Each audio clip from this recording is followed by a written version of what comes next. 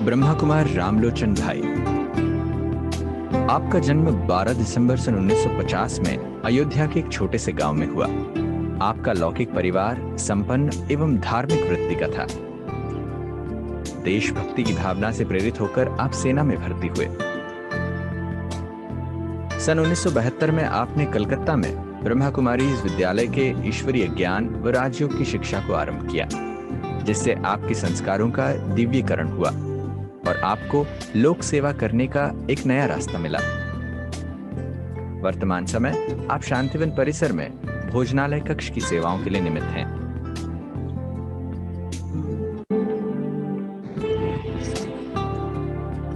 आपके अंदर बचपन से ही परमात्मा को पाने की लगन थी, जिसके लिए आपने व्रत, उपवास, तीर्थ आदि भी किए। आपकी भक्ति का फल आपको ईश्वरीय ज्ञान की प्राप्ति हुई और आपको परमात्मा से दिव्य मिलन की अनुभूति हुई।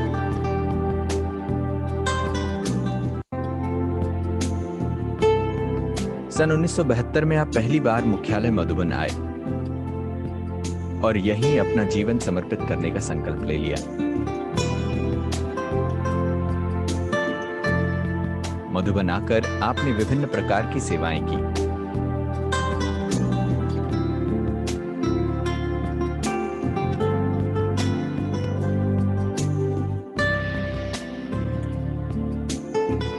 आप संगठन में रहते स्व परिवर्तन का लक्ष्य ले आगे बढ़ते रहे,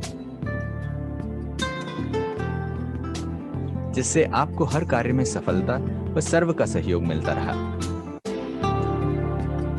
आप शांतिवन परिसर में भोजनालय कक्ष की सेवाओं को देखते हैं। शांतिवन में आने वाले हजारों भाई बहनों के भोजन की सुनियोजित व्यवस्था करते हैं।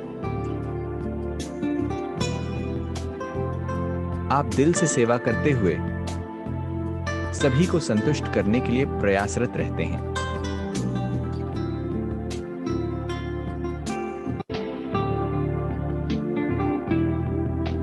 आप योग युक्त जीवन जीते हैं तथा शांत व सरल स्वभाव के हैं। परमात्मा के संग में रहने से ईश्वरीय गुण एवं शक्तियां आपके व्यवहारिक जीवन में दिखाई देती हैं।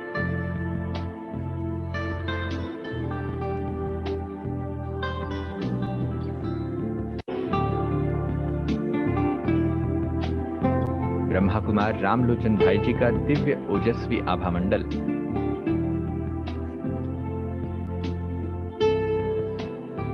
रूहानियत संपन्न जीवन बनाने व दिव्य गुणों को धारण करने की प्रेरणा देता है।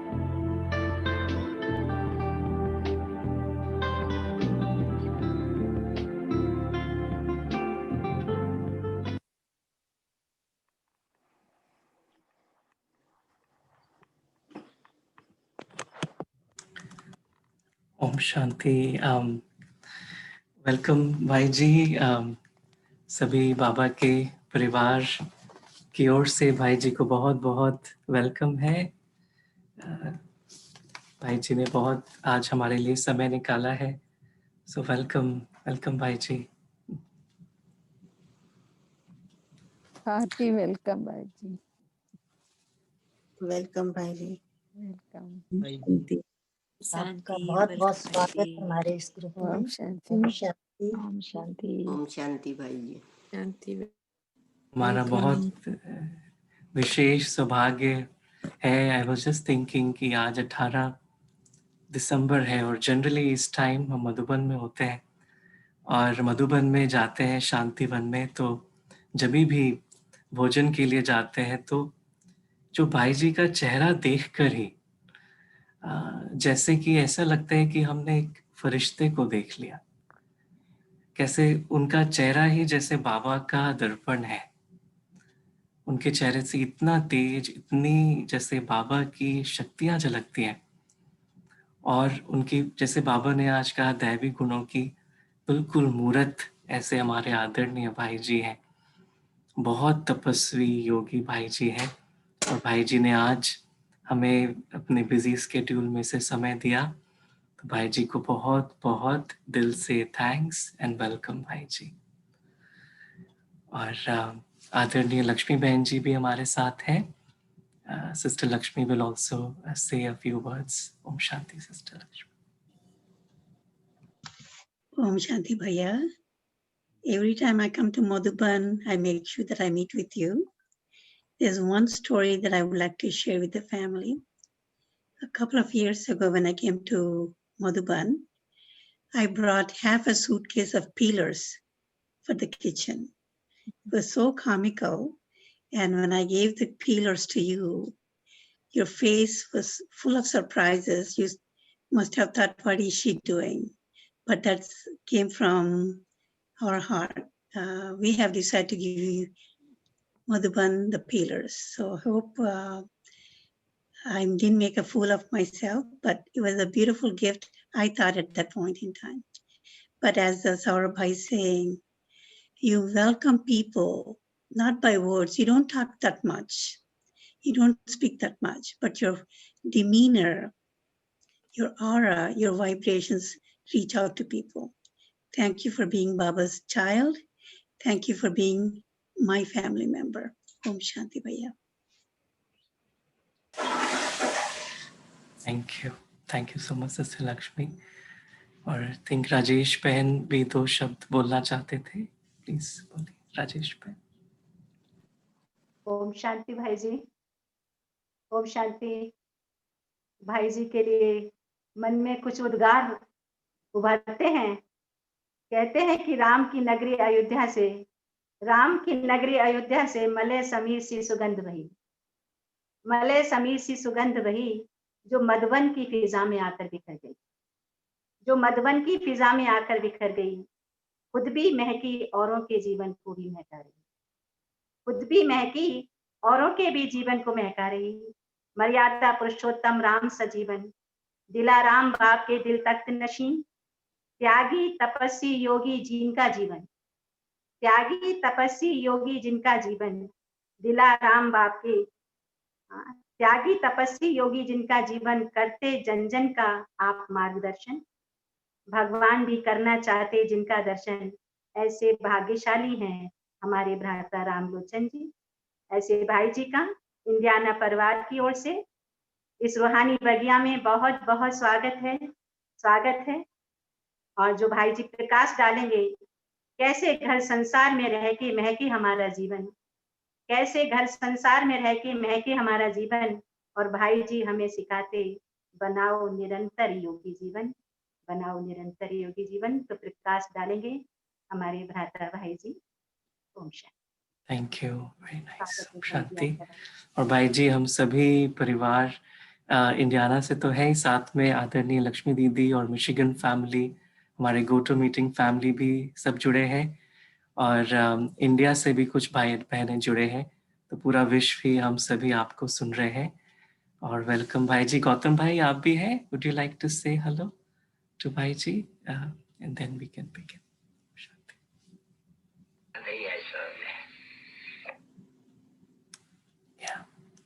तो हमारे गो टू मीटिंग जी गौतम भाई. पूरा विश्व भाई जी को देख रहा है जी. ओम शांति. ओम शांति. ओम शांति. देते सौरभ भाई. Yes, we can hear you. मैं सभी मिशिगन गॉडिफाइड मीटिंग फैमिली सभी जैन हो गए हैं. बहुत खुशी है. तो लॉटरी है, अचानक मिल गया हमको. तो बहुत बहुत शुक्रिया भाई जी, आपका समय दिया है हमको. ओम शांति. थैंक यू भाई जी. शुरू करें. जी भाई जी. थैंक यू विजय भाई जी. Thank you so much. Please start. ओम शांति. ओम शांति बाबा. बाबा के मीठे मीठे श्रेष्ठ पुरुषार्थी बच्चे, ऐसे तेज लगन वाले बच्चों को मधुबन से हम सब की दिल की दुआएं, स्नेह भरी बहुत बहुत मधुर याद प्यार स्वीकार हो. देखो आप सब फल शरीर से मधुबन से दूर हो, लेकिन दिल से बाबा के और यज्ञ के बहुत नजदीक हो। इसका अनुभव अभी भी मुझे जब मुरली पूरी हुई, योग चल रहा था, 2 मिनट साइलेंस किया, उसका वाइब्रेशंस यहाँ तक आ रहा था, पीस का, शांति का। तो भल आपका शरीर वहाँ है, लेकिन आत्मा कहो या दिल कहो, बाबा के घर में और मीठे बाबा के पास है। बहुत बहुत मुबारक हो। संगम युग में हमारा सबका यही एक लक्ष्य है कि निरंतर मीठे बाबा की याद बनी रहे। फल घर गृहस्थ में है, कोई सेंटर पर भी है, कोई मधुबन में भी है। इसका भी बड़ा गहरा राज है, क्योंकि बाबा सतयुग की स्थापना कर रहा है। उसमें हर प्रकार से सेवा की जरूरत है। जो समर्पित हैं वो बाहर जाकर सेवा नहीं कर सकते हैं, इसलिए उसके लिए आप सबको बाबा ने निमित्त बनाया है। तो आप जितना समर्पित वालों से ज्यादा सेवा कर रहे हो, हर एक की सेवा का पार्ट अपना अपना है। तो आप लोग घर गृहस्थ में रहते हुए मीठे बाबा की याद में दैवी गुणों की धारणा स्वरूप बनकर जो आप प्रत्यक्ष रूप में बाबा को प्रत्यक्ष कर रहे हो, इसकी तो बहुत मुबारक हो। अभी पुरुषार्थ एक बचा है कि हमारा बुद्धि योग निरंतर बाबा के साथ जुटा रहे। कर्म करते, घर गृहस्थ में रहते, हर समय बुद्धि योग बाबा के साथ जुटा रहे। आज उसका थोड़ा सा आपको आधार बताता हूँ। क्यों बुद्धि योग जुड़ा रहना आवश्यक है, आप जानते भी हैं, लेकिन 2 पॉइंट विशेष बताता हूँ। जो अपनी प्रकाशमणि दादी ने विशेष पुरुषार्थ किया, वो थोड़ा सा आपको बता देता हूँ। एक बार प्रकाशमणि दादी से हमने पूछा था कि दादी आप विशेष पुरुषार्थ क्या करते हो, क्योंकि दादी की जिम्मेदारी पूरे विश्व की थी। तो दादी को बैठकर योग करने का चांस नहीं मिलता था। वो सुबह शाम करती थी, लेकिन और सारे दिन में एक्स्ट्रा बैठकर योग करें वो नहीं मिलता था। तो दादी से मैंने पूछा क्या विशेष पुरुषार्थ करते हो, तो दादी ने कहा मैं 3 बात पर अटेंशन रखती हूँ, वो आप हम सब को भी रखना है। कर्म करते हुए पहली बात, दादी ने कहा कि जब मैं किसी को डायरेक्शन दे रही होती हूँ, ये करना है, तो उस समय ये अंदर संकल्प रखती हूँ कि बाबा, ये आत्मा इस डायरेक्शन को फॉलो कर ले, इसका जीवन भी सुखी बन जाए, इसकी भी कमाई हो जाए, अर्थात शुभ भावना रखती।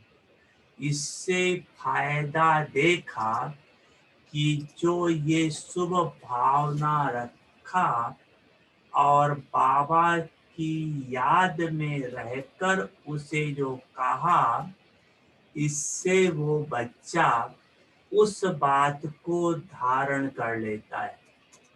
शुभ भावना रखने से पहला फायदा, उसको वो बात करने के लिए दिल में जचती है कि मुझे करना है, और बाबा की याद में रहकर बोलती हूँ। इससे उस आत्मा को बाबा शक्ति भी देता है, जिससे वो आत्मा उस बात को धारण कर लेती है। तो पहला अटेंशन मैं ये रखती हूँ, दादी जी ने कहा। दूसरी बात दादी ने कहा कि जब मैं किसी को डायरेक्शन दे रही होती हूँ, तो 25% मेरा ध्यान उस आत्मा के प्रति रहता है जिससे बात कर रही होती हूँ, और 75% मैं अपना बुद्धि योग बाबा के साथ रखती हूँ। इसलिए डायरेक्शन देते हुए भी हमारी शक्ति जमा होती जाती है, और जितना आप में शक्ति जमा होगी, उतना उसका प्रभाव पड़ता है। तीसरी बात दादी ने कहा कि जब मैं किसी को डायरेक्शन देती हूँ या कर्म कुछ भी कर रही हूँ, तो ये अटेंशन देती हूँ कि मेरा कोई भी शक्ति संकल्प वेस्ट ना जाए, एक भी संकल्प और शक्तियां वेस्ट ना जाएं। इसलिए दिन प्रतिदिन शक्तियां बढ़ती जाती हैं, आत्माओं की दुआएं मिलती जाती है, जो हमारे पुरुषार्थ को सहज करती जाती है। तो हम आप सबको भी कर्म क्षेत्र पर ये अवश्य करना है। इससे आत्मा की बहुत उन्नति होगी।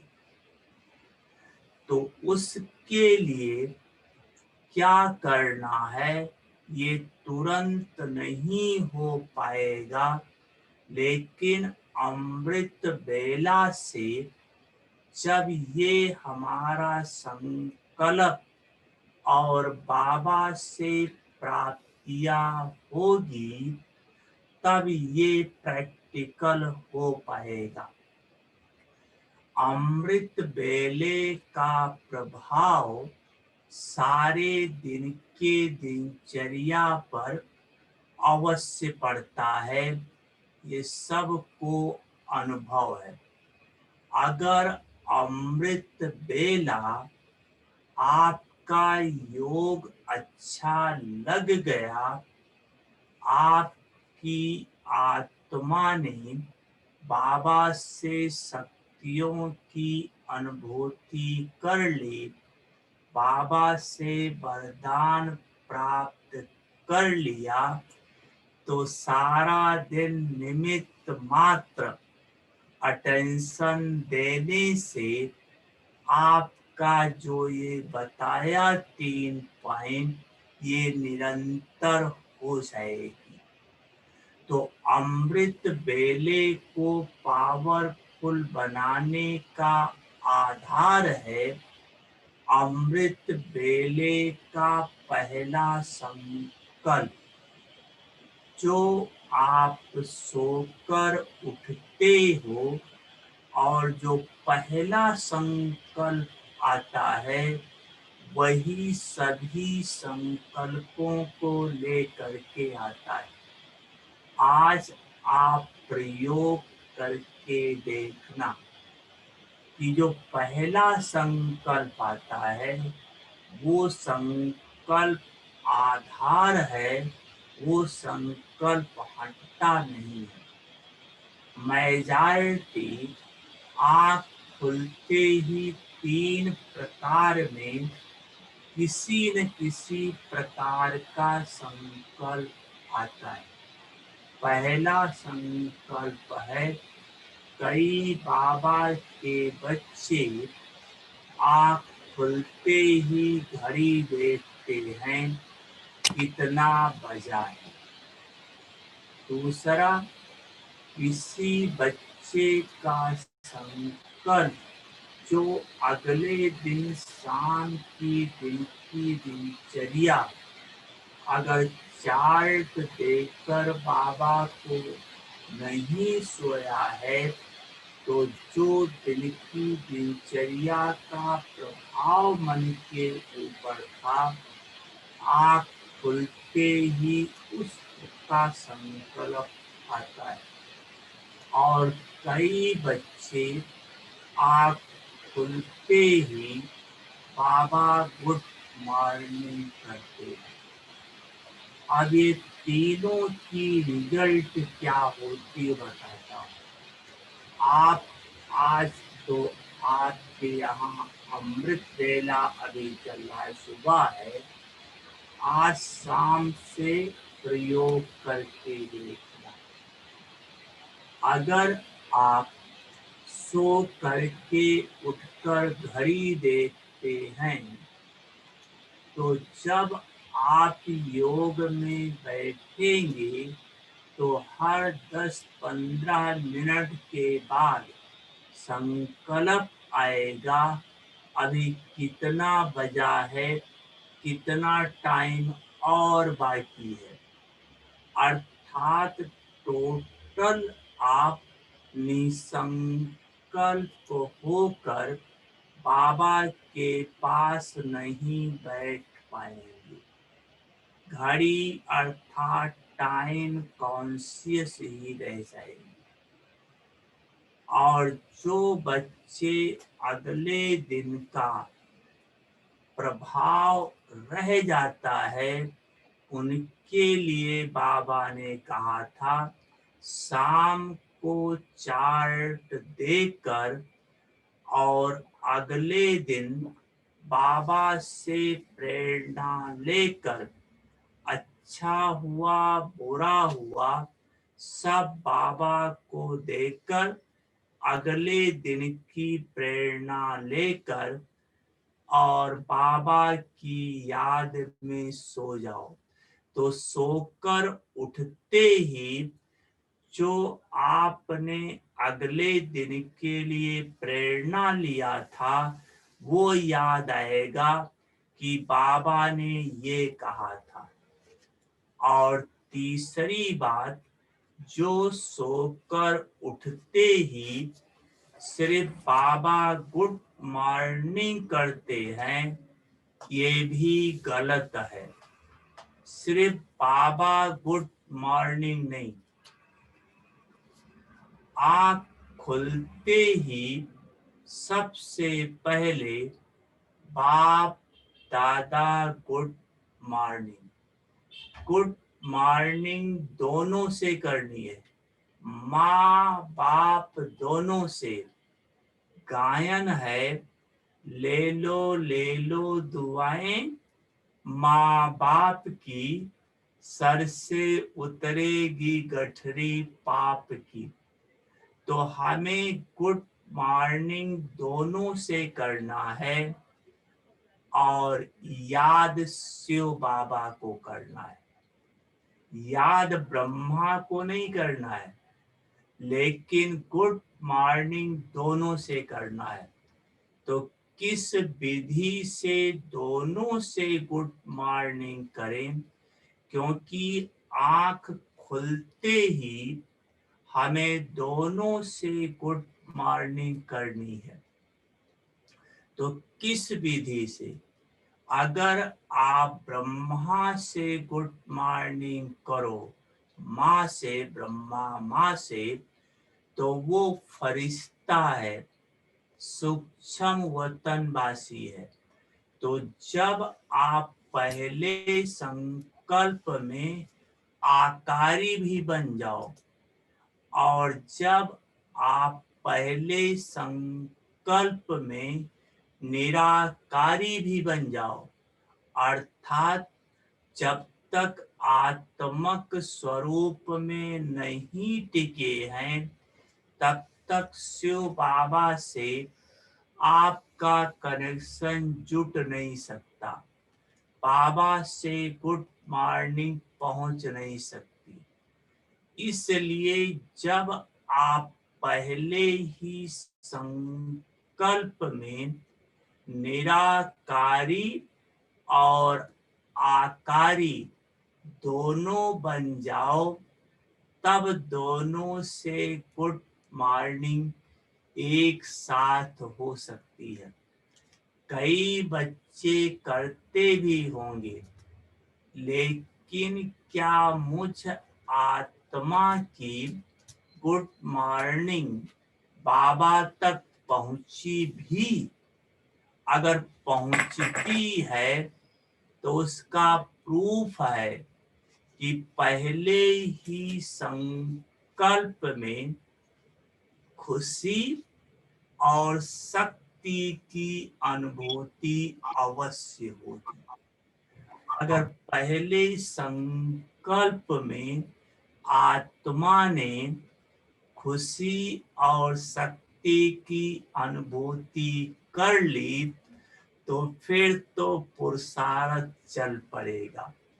फिर सारे दिन निमित्त मात्र अटेंशन देने से ही पुरुषार्थ चलता रहेगा। तो वो विधि है जो पहले संकल्प में निराकारी और आकारी बन जाएं, उसकी विधि है कि आंख खुलते ही, चाहे कितना भी बजा हो, रात का 1 हो, 2 हो, 10 बजा हो, 11 बजा हो, कितने बजे भी सबसे पहले गुड मॉर्निंग करो। घड़ी बाद में देखना और बात बाद में। गुड मॉर्निंग करने के बाद अगर टाइम है तो सो जाओ, लेकिन सबसे पहले गुड मॉर्निंग। इस विधि से कि आँख खुलते ही मैं आत्मा परम धाम से अवतरित हो ब्राह्मण तन में प्रवेश कर या इस शरीर में प्रवेश कर ब्राह्मण आत्मा बन बाप दादा से मिलन मनाने जा रही हूँ। अच्छा मीठे बाप दादा, गुड मॉर्निंग। ये विधि ऊपर से नीचे उतरो, ब्रह्म से ब्राह्मण पधारे, नीचे से ऊपर नहीं चढ़ो, ऊपर से नीचे। ये तब होगा जब सोते समय बाबा की याद में सोएंगे तब।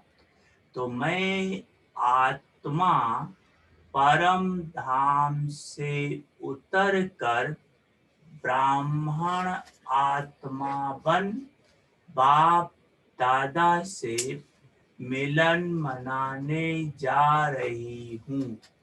अच्छा मीठे बाप दादा, गुड मॉर्निंग। इस विधि से गुड मॉर्निंग करो। आत्मा के नाते शिव बाबा से गुड मॉर्निंग हो जाएगी और ब्राह्मण के नाते से ब्रह्मा बाप से गुड मॉर्निंग हो जाएगी।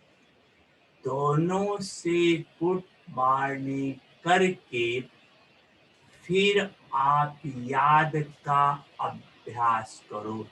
जैसे करते हो उसके लिए विशेष 2 बात जो मम्मा करती थी। एक, बाबा के साथ सर्व संबंधों का दीप में जाकर उसकी रसनाएं लो, प्राप्ति करो।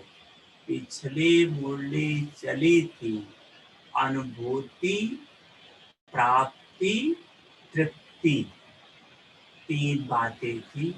सर्व संबंधों की अनुभूति करो, अनुभूति के द्वारा प्राप्ति करो, और जब प्राप्ति हो गए तो तृप्ति अर्थात संतुष्टता आ जाएगी। तो ये विशेष करो, इससे सारे दिन के अंदर हमारी बुद्धि बाबा के अलावा कहीं जाएगी नहीं, कुछ अच्छा ही नहीं लगेगा। दूसरी बात एक ये, और दूसरा मम्मा ये करती थी कि अमृत बेले विशेष योग के समय रूहों की सेवा करती। रूहों की सेवा अर्थात जो अपने साथ के संपर्क के बाबा के बच्चे हैं, उन बच्चों को आकारी रूप में इमर्ज करती थी। अगर किसी के अंदर कोई कमी है, पुराने संस्कार हैं, तो मम्मा उनको शक्ति देती थी जिससे वो संस्कार चेंज हो जाए। पिछली मुरली में कहा था बाबा ने कि सेवा की रूपरेखा चेंज करो, नई रूपरेखा बनाओ। अमृत बेले उठकर जो भी आत्माएं आपके संपर्क में आई हैं, उनको संकल्पों से याद करो, इससे उनमें शक्ति भर जाएगी। तो मम्मा ये सेवा करती थी। एक तो सर्व संबंधों की अनुभूति, जिससे खुद तृप्त रहती थी, इच्छा मात्रम अविद्या रहती थी, और दूसरी रूहों की सेवा करती थी, प्रकृति की सेवा करती थी। तो इस प्रकार बैठकर योग करो। जब योग पूरा हो, अगर आपके पास टाइम है तो आप अगर अच्छा अनुभव हुआ है तो उस अनुभव को और बढ़ा लो। अगर अनुभव नहीं हुआ, अशरीरी नहीं बन पाए, तो थोड़ी देर बैठकर और अशरीरी होने का अभ्यास करो। वो समय बहुत प्राप्ति वाला है। और अमृत बेले ये करने के बाद कई कहते हैं मुझे दिन में रेस्ट नहीं मिलता है, क्या हम सो सकते हैं?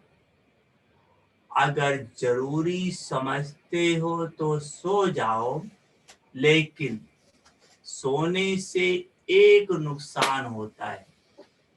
वो नुकसान ये है कि अगर सो गए तो योग से जो आपकी स्थिति बनी थी वो गायब हो जाएगी। फिर दोबारा आपको मेहनत करनी पड़ेगी। इसलिए जहां तक हो सके नहीं सो, अगर जरूरी है तो सो सकते। इसके बाद जब आप नित्य का कर्म करते हैं, नहाना धोना शेविंग जो कुछ भी करते हैं, उस समय आपको निरंतर बाबा की याद बनी रहे, क्योंकि हमें निरंतर तक पहुंचना है। इसलिए बाबा की याद बनी रहे, उसकी विधि बाबा ने बताई कि जब आप नित्य का कर्म कर रहे हो तो इस स्मृति से कि मैं आत्मा भगवान की प्रिय मूर्ति के मंदिर को सजा रही हूँ। खुद ही मूर्ति का मंदिर बनो और खुद ही मूर्ति भी बनो। तो भगवान की प्रिय मूर्ति है, साधारण मूर्ति नहीं है। भगवान की प्रिय मूर्ति के मंदिर को सजा रही है।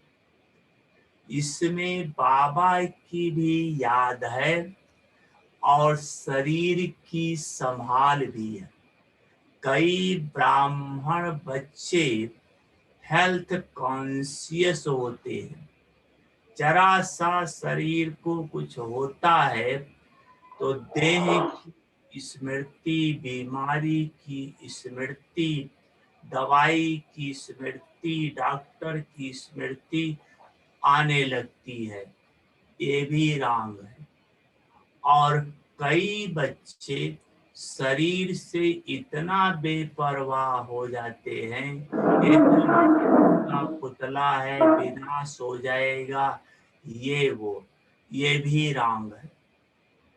इसलिए भगवान की प्रिय मूर्ति का मंदिर है तो ट्रस्टी होकर सजाओगे भी, क्योंकि भगवान की प्रिय मूर्ति का मंदिर है।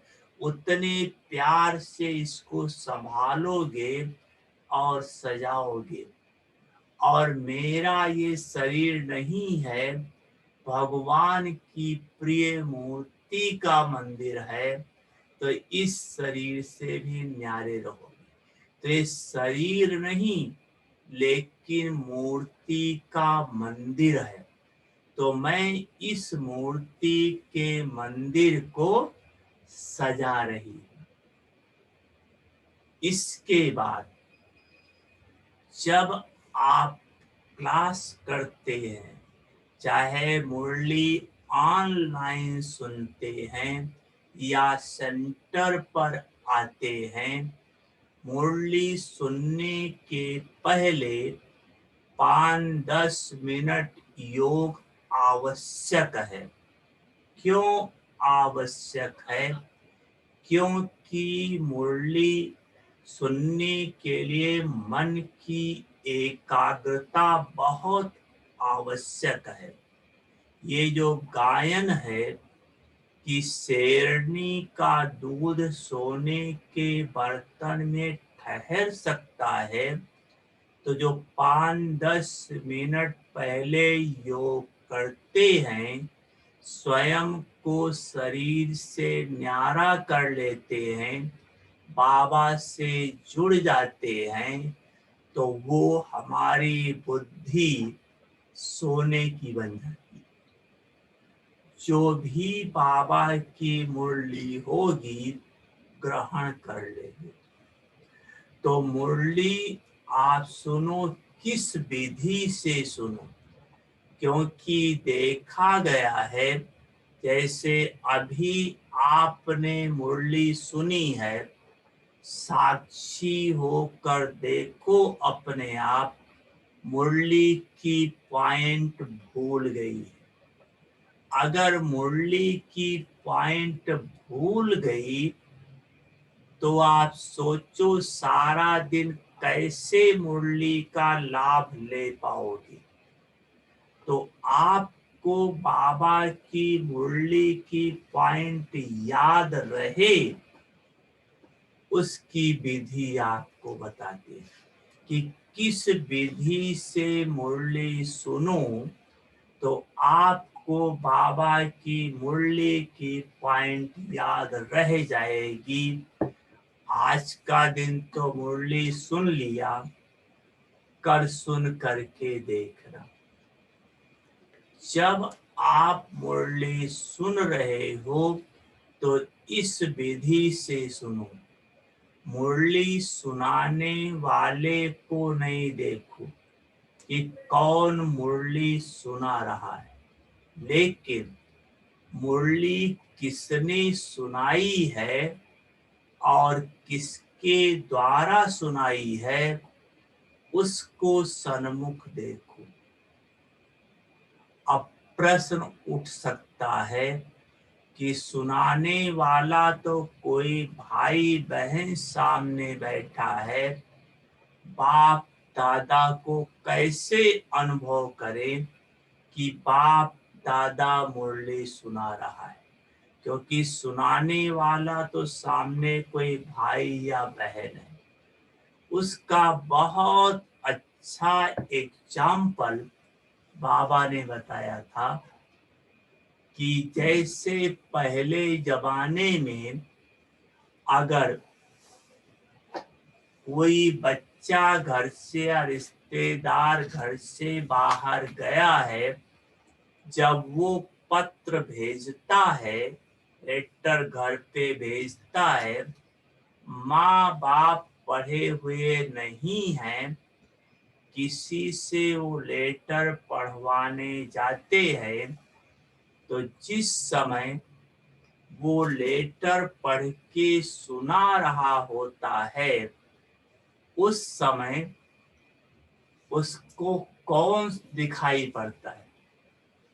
उस समय उसको वो व्यक्ति नहीं दिखाई पड़ता जो लेटर सुना रहा है, लेकिन जिसने लेटर भेजा है वो दिखाई पड़ता है।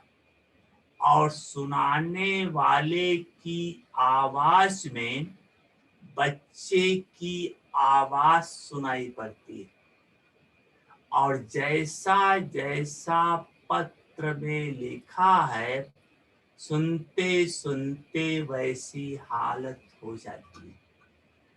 तो ऐसे अनुभव तब कर सकेंगे जब आप मुरली सुनते समय इस विधि से सुनेंगे कि मैं आत्मा इस शरीर रूपी रथ पर अर्थात भ्रकुटी पर बैठी हुई बाप की मुरली दादा के द्वारा सुन रही है।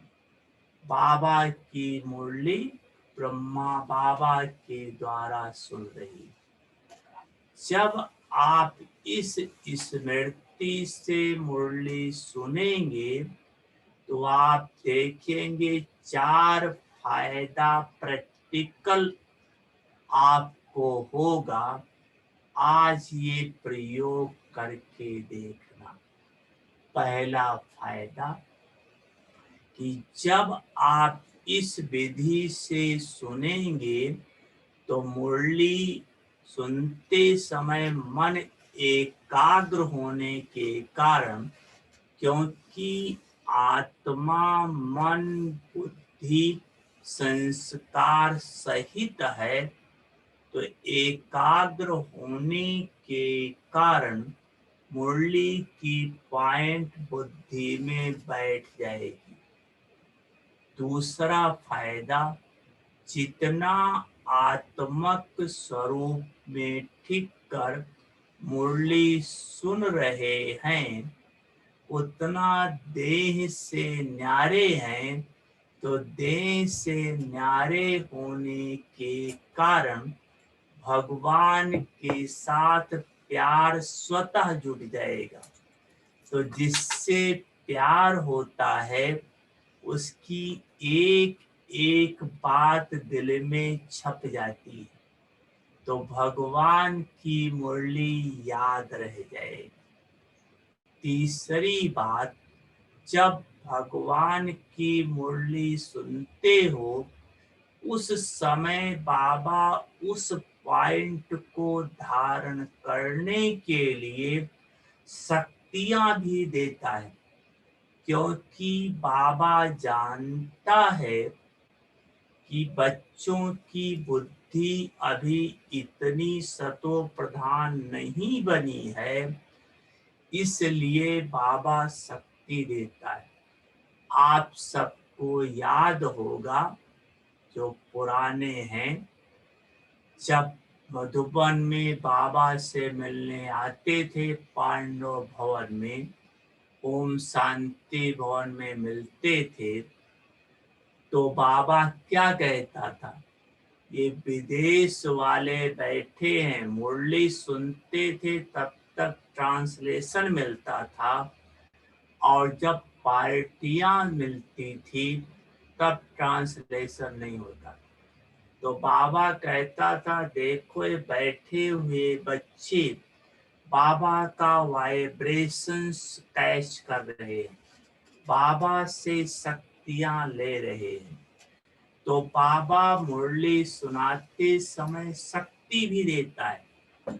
अगर आप आत्मक स्वरूप में टिककर मुरली सुन रहे हैं, तो बाबा की शक्ति आप में अवश्य आ जाएगी, जिससे आप उस बात को धारण कर लेंगे। अगर हम धारण नहीं करते हैं तो बड़ा सूक्ष्म राज है, अवज्ञा का बोझ चढ़ता है। लेकिन अगर धारण कर लिया तो बाबा का आशीर्वाद मिल जाएगा। और चौथा फायदा है कि जब बाबा मुरली सुनाता है तो आप बाबा के शब्द सुनते होंगे कि बाबा कई गूढ़ राज बताता। आज गूढ़ से गूढ़ राज आपको बताता हूँ। वो गूढ़ राज क्या है, आपको एक एग्जाम्पल बताता हूँ कि जो हम सब मुरली सुनते तो हैं, लेकिन कभी सोचा नहीं उसका गूढ़ राज क्या है। जैसे बाबा कहता है कि बच्चे, जो हम इस समय तुम्हें राजयोग सिखला रहा हूँ, इस राजयोग से तुम्हें ऊंच से ऊंच पद की प्राप्ति होती है। अब बाबा ये कहता है, अब आप थोड़ा सोचो कि जब हम राजयोग सीख करके पूरा करेंगे, अपने घर जाकर सतयुग में आएंगे, तो हम देवी या देवता बनेंगे, है ना। तो इस समय ब्राह्मण राजयोग सीख रहे हैं, और सीखने के बाद हम देवता बनेंगे। तो देवता बड़े हैं या ब्राह्मण बड़े हैं? कौन बड़ा है? ब्राह्मण। क्यों? ब्राह्मण हीरे तुल्य हैं, देवताएं सोने तुल्य हैं। ब्राह्मणों का बाप परमात्मा है, देवताओं का बाप देव आत्मा है।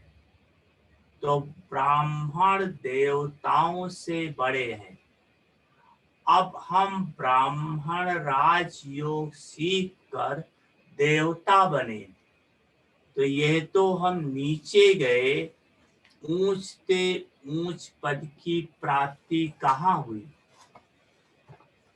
देखो, कभी आपने इतना राज नहीं सोचा होगा, गहराई से नहीं सोचा होगा कि हमें ऊंच प्राप्ति हुई कैसे, क्योंकि योग सीख कर हम देवता बनते, भल लक्ष्मी नारायण बनते हैं, लेकिन बने तो देवी या देवता ही ना। अब इसके द्वारा, राजयोग के द्वारा प्राप्ति कैसे ऊंचते ऊंच होती है वो बाबा ने बताया है, लेकिन हमारा सबका उस बात पर ध्यान नहीं गया। बताया है मुरली में, बाबा ने कहा कि जो बच्चे राजयोग सीखते हैं, ये जब शरीर छोड़ेंगे तो परम धाम में बाबा के एकदम समीप रहेंगे, एकदम भगवान के समीप। ये सिवाय ब्राह्मण आत्मा के और कोई भी आत्मा भगवान के समीप नहीं रह सकती। धर्म आत्माएं भी देव आत्माओं के नीचे हैं। आप आत्माओं का सिजरा देखो तो भगवान के एकदम समीप रहना ये ऊंचते ऊंच पद की प्राप्ति है, जो किसी भी आत्मा को नहीं है, किसी भी धर्म पिता को नहीं है, सिर्फ ब्राह्मण आत्माओं को। दूसरी बात, बाबा मुरली में कहता है कि मैं तुम्हें कर्म अकर्म विकर्म की कोई गति समझाता हूँ। जब हम आप सतयुग में हैं, उस समय हमारा कर्म अकर्म है, द्वापर कलयुग में विकर्म है, संगम युग पर सुकर्म है। तो इस समय जो हम सुकर्म करते हैं, इस कर्म का फल हम देवी देवता बन जाते, ऊंचते ऊंच बनते। द्वापर कलयुग में विकर्म करते नीचे गिरते। जब सतयुग त्रेता में हमारा कर्म अकर्म है, ना पाप कर्म है ना पुण्य कर्म है, तो आप सोचो कि आत्मा की उतरती कला क्यों होती। क्योंकि पाप कर्म भी नहीं कर रहे हैं, तो उतरती कला क्यों। कई कहते हैं प्रालब्ध भोगते वो हमारी खत्म होती जाती। प्रालब्ध भोगते हैं वो स्थूल चीज है, धन संपत्ति जो सतो प्रधान थी उसमें कमी आती है, लेकिन आत्मा की उतरती कला क्यों होती। 16 कला से 14 कला क्यों हो जाती है, उसकी गिरावट क्यों आती है। ये अगर आत्मक स्वरूप में टिककर मुरली सुनो तो इस राज को समझ पाएंगे। बाबा ने बताया इसका जवाब कि जब आत्मा परम धाम में है तो जैसे है वैसे है, जितना समय है उसमें ना रिंचक घटता है ना बढ़ता है, चाहे कितनी समय परम धाम में है किसी की भी आत्मा है। लेकिन जब आत्मा इस शरीर में प्रवेश होती है, तब आत्मा को शरीर के संग का रंग लगता है, अभी 2 दिन पहले बाबा मुरली ने बताया था कि सतयुग त्रेता में थोड़ा थोड़ा प्रभाव पड़ता है, द्वापर कलयुग में ज्यादा। तो संग का रंग लगने के कारण आत्मा चैतन्य है, ये शरीर प्रकृति का है, तो प्रकृति का प्रभाव आत्मा पर पड़ता है, इसलिए उसकी कला कम हो जाती। तो ऐसे कई गहरे राज हैं जो आत्मक स्वरूप में टिककर मुरली सुनो तो आप उसका अनुभव कर सकेंगे। इसके बाद आप कर्म क्षेत्र पर जाते हो। जब कर्म क्षेत्र पर जाते हो तो बाबा ने बहुत अच्छी विधि बताई है कि कैसे निरंतर योगी रह सकते हैं। जब आप घर से निकलो तो जैसे लौकिक घर में जब घर से ऑफिस के लिए निकलते हैं, जॉब के लिए निकलते हैं, तो क्या करते हैं? अपने लौकिक परिवार वालों से बाय बाय करके निकलते हैं। आप भी जब घर से निकलो उस समय संकल्प लाओ कि मैं आत्मा का घर कौन सा है? परम धाम। मैं आत्मा घर से निकलकर सूक्ष्म वतन में ब्रह्मा बाबा है। बाप दादा ही हमारा संसार है।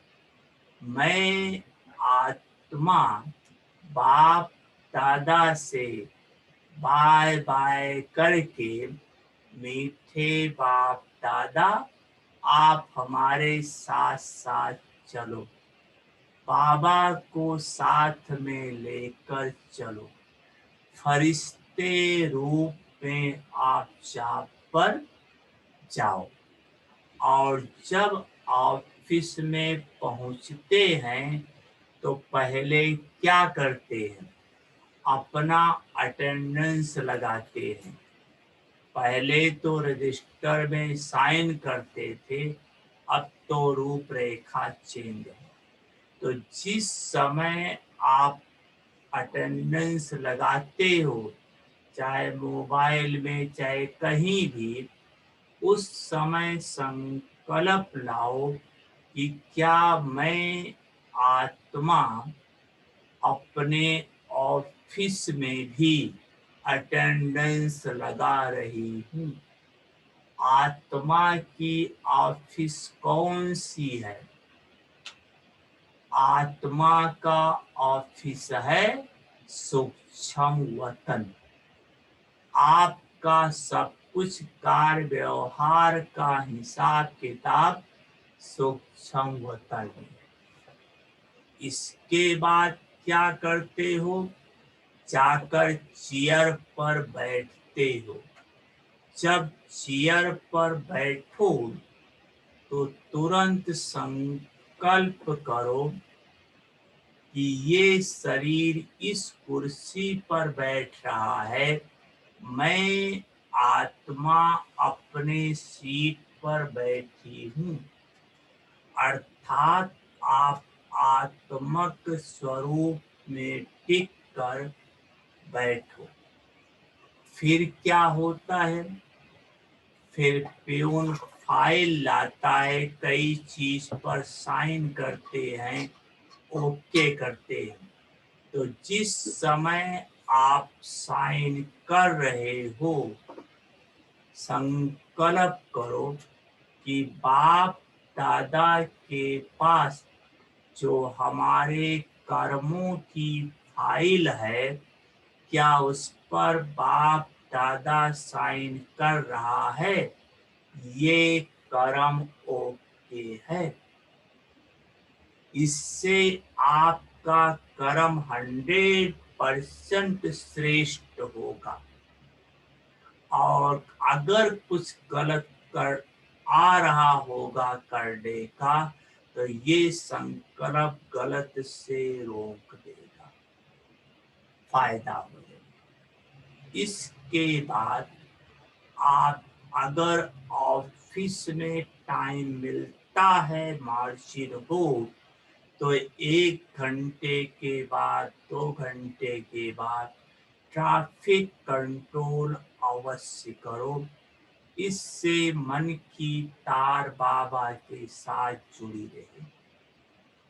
अगर बीच में लंच करते हो, छुट्टी देते हैं, जैसा समय हो, तो लंच करके 5 मिनट 10 मिनट अव्यक्त मुरली ले जाओ या उस दिन की मुरली जरूर रिपीट कर लो, बहुत मदद देगी। इसके बाद जब ऑफिस से वापस घर आओ, तो ऑफिस की कोई चीज, ईमानदार जो होते हैं, ऑफिस की कोई चीज लेकर नहीं आते। आप भी जब ऑफिस से आओ, तो ऑफिस की कोई भी चीज लेकर नहीं आओ। कौन सी चीज? ऑफिस की कोई भी बात, जो कुछ भी हुई है, उसको मन बुद्धि से निकाल के आओ और इस संकल्प से आओ कि अब मुझ आत्मा की रिटर्न जर्नी है। अब मैं आत्मा अपने घर जा रही। ये शरीर इस लौकिक घर की तरफ, मैं आत्मा अपने घर की तरफ जा रही। और जब घर पहुंचो, अगर घर में फैमिली है, तो तुरंत चाय चाहिए, पानी चाहिए नहीं। घर पे पहुंच करके 5 मिनट 2 मिनट बाबा को याद करो। इससे फायदा ये होगा कि जो ऑफिस का टेंशन था, वो ऑफिस की बात खत्म हो जाएगी। परिवार के साथ मधुर व्यवहार होगा। अगर ऑफिस वाली बात रह गई माइंड में, तो परिवार के साथ मधुर व्यवहार नहीं हो पाएगा। इसलिए योग करके फिर आप चाहे आज जो कुछ भी पीते हो पियो, नित्य का कर्म करो, सेंटर पर जाते हो जाओ, या जैसी आपकी दिनचर्या हो। लेकिन फिर भी आधा घंटा कम से कम बैठ करके मैं आत्मा परम धाम की रहने वाली, यही मेरा घर है, मैं यही की निवासी हूँ, यही मेरा मीठा बाबा रहता है, बाबा ही मुझ आत्मा का संसार। अपने को टोटल उपराम बना, टोटल उपराम। और जहाँ तक हो सके शाम को ना न्यूज़ देखो, ना कोई चीज देखो। अगर देखना है तो सुबह देखो, शाम को अगर देख लिया तो आप योगी नहीं बन पाएंगे। वो सीन बार बार डिस्टर्ब करती रहेगी। इस विधि से आप अपने को निरंतर कर्म योगी बना लो, तो कर्म में भी सफलता, श्रेष्ठ कर्म होगा और आपकी आत्मा की उन्नति होती रहेगी, समाज भी आपसे सुखी रहेगा और बाप दादा दोनों बहुत बहुत बहुत खुश होंगे। छत्र छाया के रूप में सदा आपके साथ रहेंगे, आपको अपना आशीर्वाद, शक्ति और वरद हस्त सदा सिर पर रखेंगे।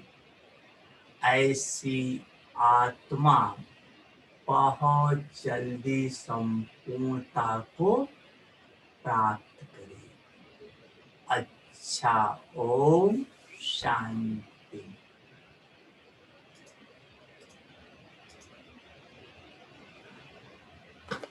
ओम शांति। थैंक यू सो मच भाई जी।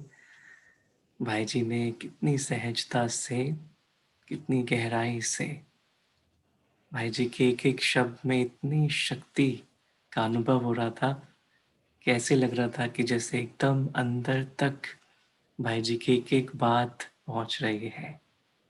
अमृत वेले से लेके मुरली, फिर ऑफिस, ट्रैफिक कंट्रोल, शाम को, और पूरा भाई जी ने एक मैप लेआउट करके हमें दिया कि कैसे हर एक कार्य में कैसे बाबा की याद निरंतर रहे और अंत में हम संपूर्ण स्थिति को प्राप्त करें।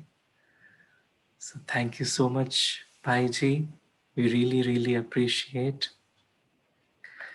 भाई जी पूछना चाहते थे, अगर आपके पास थोड़ा समय हो तो थोड़ा फैमिली से हेलो कर सके, सभी थोड़ा थोड़ा हेलो कर सकते हैं भाई जी।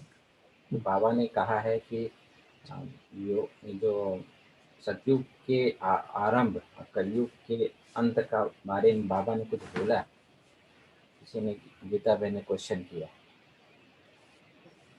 सतयुग के आदि में सतयुग का जो है आरंभ और कलयुग के अंत कैसे होगा, कलयुग विनाश का कैसे होगा, उसके बीच के बारे में बाबा ने थोड़ा स्पष्ट किया है कि सतयुग के आदि के बारे में ज्यादा स्पष्ट नहीं किया है, लेकिन थोड़ा सा बताया है।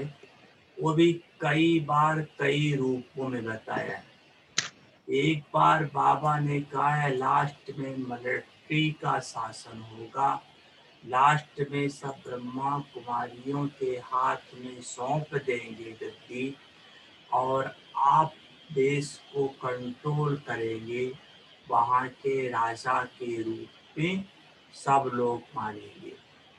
दूसरी बात बाबा ने कहा कि अंत में जब विनाश होगा तो उस समय कई आत्माएं जिसकी लाइन क्लियर होगी वो मधुबन आ जाएंगे और कईयों को बाबा वहीं रोक के रखेगा। हर लाइन क्लियर है लेकिन रोक के रखेगा, क्योंकि वहाँ ही उन आत्माओं के द्वारा बहुत बड़ी सेवा लेनी है।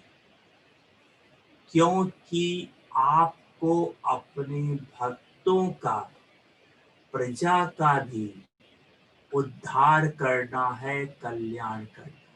जब चारों तरफ हाहाकार विनाश होगा उस समय आप ही एंजल के रूप में, देवी देवता के रूप में, जिसकी जैसी भावना है उस रूप में आप उनको दिखाई पड़ेंगे। आप शिव शक्ति कंबाइंड रूप में होंगे, उनकी जैसी भावना है वैसा दिखाई पड़ेंगे और उसी रूप से उनको आप सुख की, शांति की, शक्ति की, मुक्ति की, जैसी उनकी इच्छा है आप पूरी करेंगे। कईयों को उस समय आपके सहयोग की आवश्यकता है, आप उस समय उनको सहयोग देंगे। आपको वहां भी रह सकते हैं, मधुबन भी आ सकते हैं।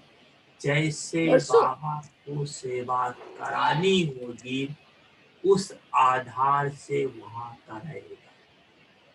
सब मधुबन नहीं आएंगे, लेकिन कुछ जरूर मधुबन आएंगे। जैसे बाबा कहता जिस विमान से आओगे लास्ट विमान होगा, कार्य अकार्य। जैसे अभी कोरोना देखा, जो आए जहाँ के वहीं रह गए, वापस नहीं जा पाए बहुत समय तक। तो उस समय भी ऐसा कारण बन जाएगा, प्राकृतिक आपदाएं आ जाएंगी, कुछ ऐसा हो जाएगा कि आप मधुबन आएंगे तो वापस जा ही नहीं पाएंगे, मधुबन में ही रह जाएंगे। और कईयों को बाबा वहां रोक लेगा।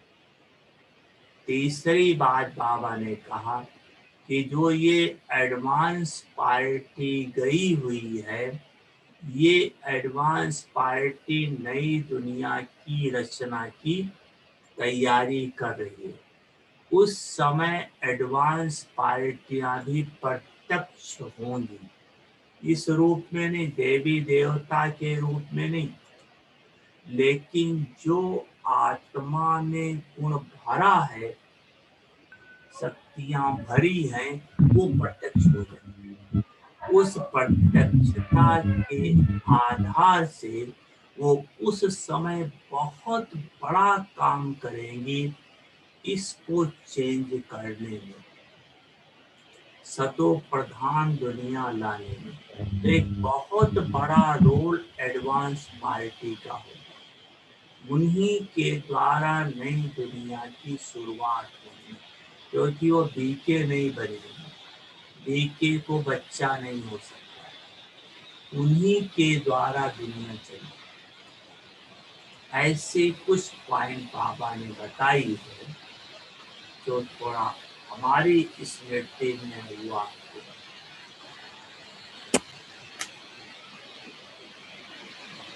थैंक यू भाई जी, रियली अप्रिशिएट, थैंक यू भाई जी।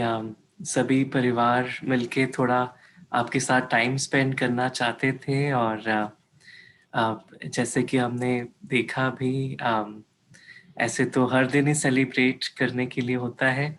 भाई जी का लौकिक में जन्मदिन भी 12 दिसंबर है और आज 18 दिसंबर है। तो भाई जी सभी सोचते थे थोड़ा हम सेलिब्रेट अगर साथ में करें। तो आई थिंक राजेश बहन आप कुछ और भी कुछ लोगों ने शायद से थोड़ा केक बनाया था, तो हम सब साथ में मिलके भाई जी का जन्मदिन थोड़ा सेलिब्रेट करने का ऐसे संकल्प था। ठीक रहेगा भाई जी? Is that okay? Thank you, thank you. भाई जी के पास जब भी जाते हैं तो बाबा की थाली का भोग में केक जरूर खिलाते हैं। तो आज ऐसे संकल्प आ रहा था कि हम सब मिलके भाई जी के लिए केक का सेलिब्रेशन करें, तो बहुत आनंद आएगा। Please, yes. बिल्कुल, इसको ड्रामा कहेंगे, नहीं तो वीजा मिला हुआ था, इस साल अमेरिका आना था, लेकिन कोरोना ने चेंज कर दिया पाए। तो इस बार आना था आपके पास, लेकिन फिर भी बाबा लाएगा। लेकिन अब तो आपसे सन्मुख मिलना हो गया ना, हम तो आपके पास आ ही गए, आपसे मिल गए। शुक्रिया बाबा, साइंस के साधनों के लिए शुक्रिया। थैंक यू भाई जी। इस साल प्रोग्राम था, दीदी बता रहे थे, मोहिनी दीदी जी की भाई जी का प्रोग्राम था, पर साइंस के और सूक्ष्म विमान से भाई जी हमारे साथ है, हम बाबा सबके साथ हैं। तो हम सभी मिलके गीत गावे और केक भी प्लीज सभी कट करें। और केक बनाया है वो वीडियो ऑन करेंगे। जी आपका बहुत मीठा केक है, बहुत शुभ भावनाओं वाला भरा हुआ है। आप सबको बहुत बहुत बहुत मुबारक हो। नहीं भाई बहुत जी, बहुत आप मुबारक हो। केक की खुशबू आ रही है, वतन तक बाबा के पास जा रही है। एक हमारा ही बर्थडे नहीं, आप हम सब का है। हम सब ब्राह्मणों का जन्मदिन एक ही है। केक है, बस ये बनाया जी। आपको, जो केक बना, ये केक कटिंग सेरेमनी। तो हम बस एक गीत प्ले करते हैं भाई जी, and then we will celebrate together. Yes Geet yes. गाइए। केक बनाया है। God bless you. May God bless you. May God bless your little one. May God bless you.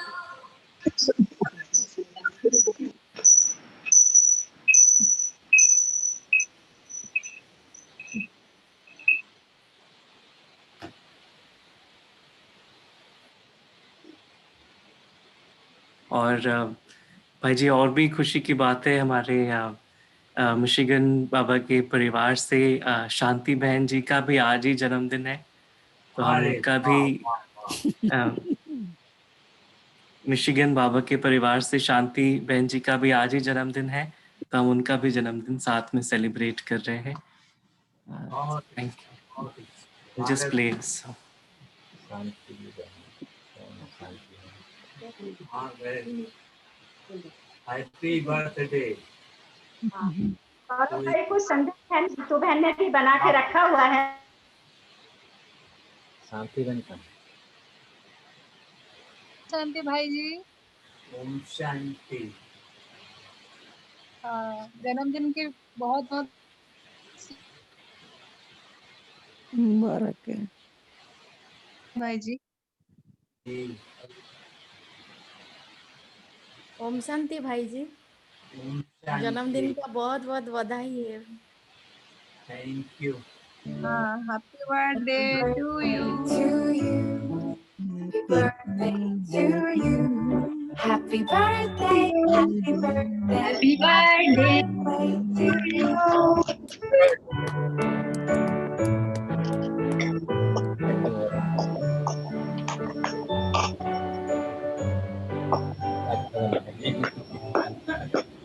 Vijay भाई To you. Happy birthday, We can all celebrate together and happy birthday, ever. happy birthday to you. Happy birthday भाई जी। ओम शांति। Happy birthday भाई जी। Happy Shanti, birthday happy to birthday Shanti बहन। Happy birthday Shanti. Thank you sir. Thank you sir. Shanti बहन, आप video पे हैं? आप भी हैं? वीडियो पे नहीं है, ऑडियो अच्छा पे है, but I am seeing the rose आप मुझे अच्छा। दे रहे हैं, तो thank you Baba.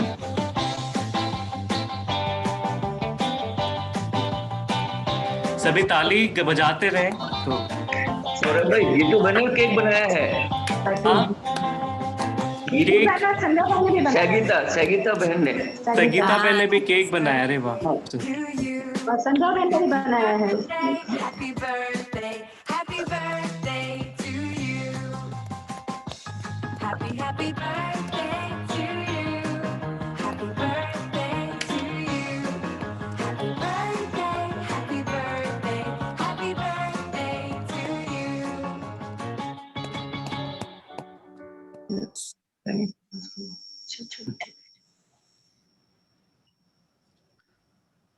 Thank you so much.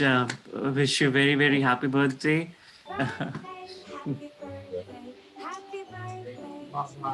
Wish you happy birthday Shanti बहन। एंड भाई ओम जी, शांति। Thank you. Thank you. भाई जी के साथ हम सभी भाई बहनों का है, तो हम हाँ सभी जी। लोग खुश हो ले। हाँ जी, हाँ जी। भाई जी तो हमेशा केक खिलाते हैं, तो आज बड़ा ही शुभ दिन है कि हम भाई जी के साथ सेलिब्रेट कर रहे हैं। जी जी। और देखो बाबा ने गिफ्ट दिया है कि हमें भी, कि बाई जी को, और बाई जी का बर्थडे भी आज है, तो ये हमें नहीं पता, तो कोइंसिडेंटली इनके साथ सेलिब्रेट करना फैमिली के साथ हमें भी बहुत अच्छा लग रहा है। ओम शांति। थैंक यू बाबा। Thank you.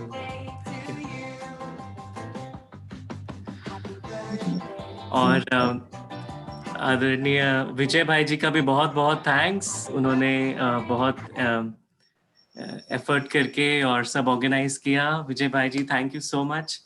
और हम देख रहे थे आपने पीछे मधुबन के, हमें मधुबन का भी यात्रा कराई, बाबा के 4 धाम भी ले गए, तो really appreciate. Thank you.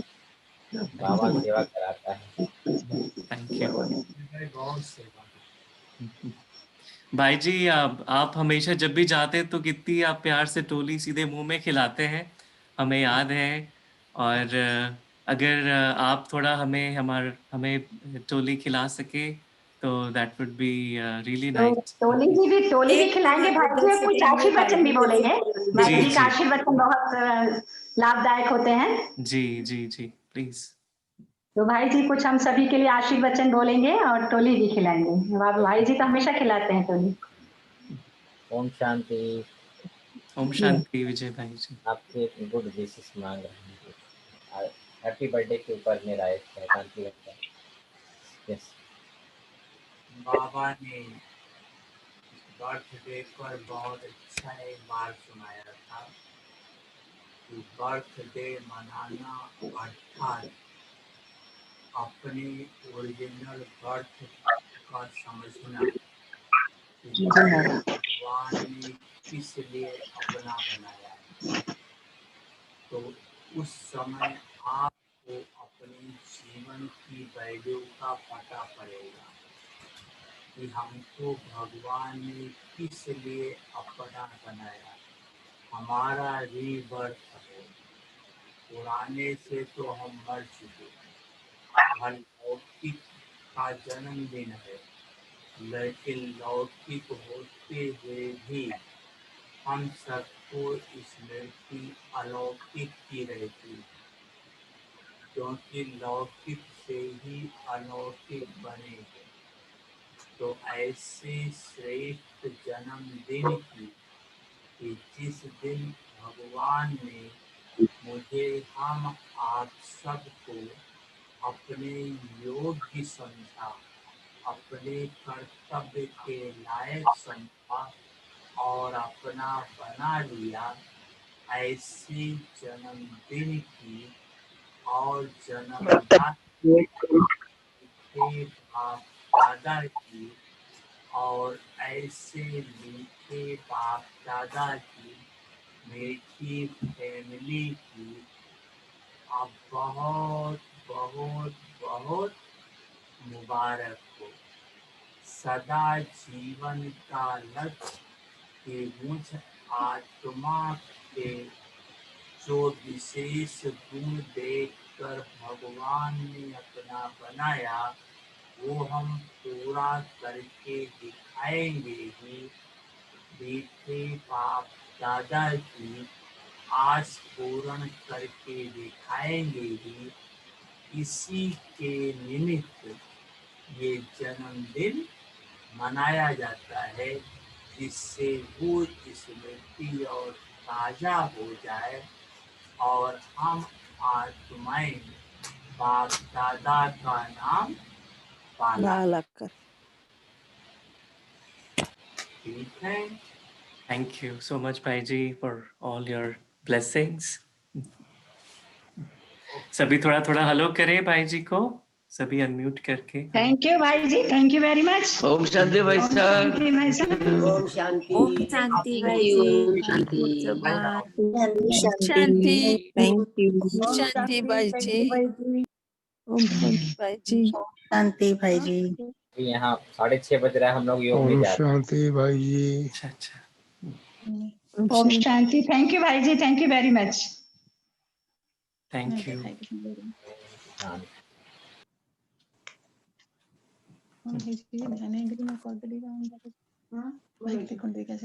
Yeah, thank you all Baba's angels for your time and presence this morning. शायद से भाई जी को योग के लिए जाना होगा तो छुट्टी लिया उन्होंने. So thank you and शांति बहन को भी बहुत बहुत जन्मदिन मुबारक हो. शांति बहन थैंक यू जन्मदिन सौरभ की बहुत भाई. बहुत बधाइयाँ हो. थैंक यू राजेश बहन. आपने तो ब्रदर की इंट्रोडक्शन इतनी ब्यूटीफुल दी. मुझे बार बार अच्छा. वो याद आ रहा है कि बहुत लाइक एक पोएट कवि जो कैसे कविता कैसे शायरी सुनाता है, इतनी अच्छी आपने ब्रदर की इंट्रोडक्शन दी थी तो बहुत मजा आया मुझे सुनकर. नहीं ऐसे कुछ नहीं पर थैंक यू सिस्टर. ओम शांति. Thank you. बोलते शांति बहन एंड राजेश बहन डज वो लिखती हैं पोइट. अच्छा अच्छा. अरे दीदी हाँ, की खासियत है एवरी टाइम दीदी की स्पेशलिटी है. बहुत बढ़िया. So thank you all of Thank you. you and once again शांति बहन. शांति बहन Shanti happy birthday. Thank you. ओम शांति. ओम शांति. शांति बहन. so good to see everyone. Hansa बहन, आशिता बहन, दमयंती बहन, पल्लवी बहन, सभी को, बिंदु बहन, नीता बहन, नीला बहन, सुशीला बहन, सभी को थैंक यू सो मच. सभी पूरे परिवार के लिए ओम शांति. ओम Have a nice day. Shanti. Good day. Thank you Baba.